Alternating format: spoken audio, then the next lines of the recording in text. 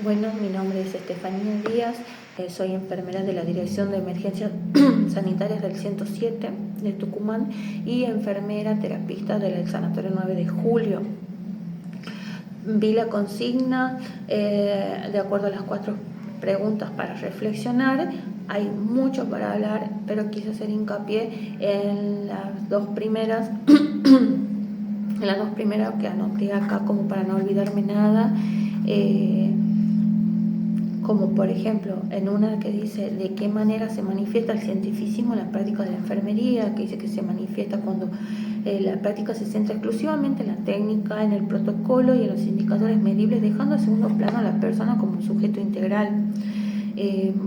Siguiendo lo que plantea Comelles, que la biomedicina moderna tendió a reducir el cuidado a un acto técnico subordinado a la medicina o como dicen otros autores como Castrillón, el cuerpo se transforma en un objeto de control y normalización, perdiendo así la dimensión singular, que es lo que se ve en la enfermería cuando la atención se mide solo por los parámetros clínicos o los procedimientos y no por la calidad del vínculo que tenemos con el paciente.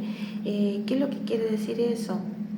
Pasa a ser más deshumanizado, quizá por la sobrecarga laboral, que es lo que se habla en la segunda pregunta, cuando dice cuáles son las dificultades que existen actualmente en la enfermería para desarrollar una práctica más humanizada, que es lo que voy yo, que engloba todo eso, la sobrecarga de laboral, porque muchas veces no piensan en la sobrecarga del enfermero. ¿Cómo brindar una mejor atención humanizada?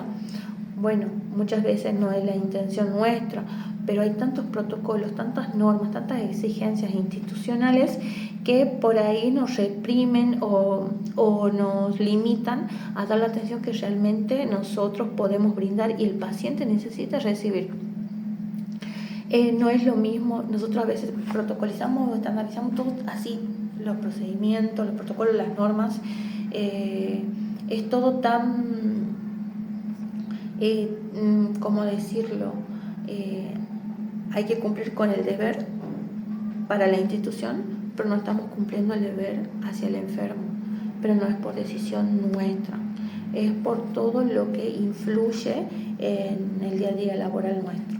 Yo trabajo en una terapia humanizada que hace unos años se la aplicó. En realidad lo que se está implementando en estas terapias es que el familiar esté las 24 horas con el paciente. Depende muchas veces de las instituciones, porque las instituciones públicas, en lo que es el cuidado humanizado, el enfermero, el kinesiólogo, el médico, mayormente el enfermero es el que le enseña al familiar cómo va a manejar a su familia. En caso del alta, se lo va educando en el transcurso de la internación para que sea más fácil para ellos luego manejarlos. Quizás en las instituciones privadas es diferente.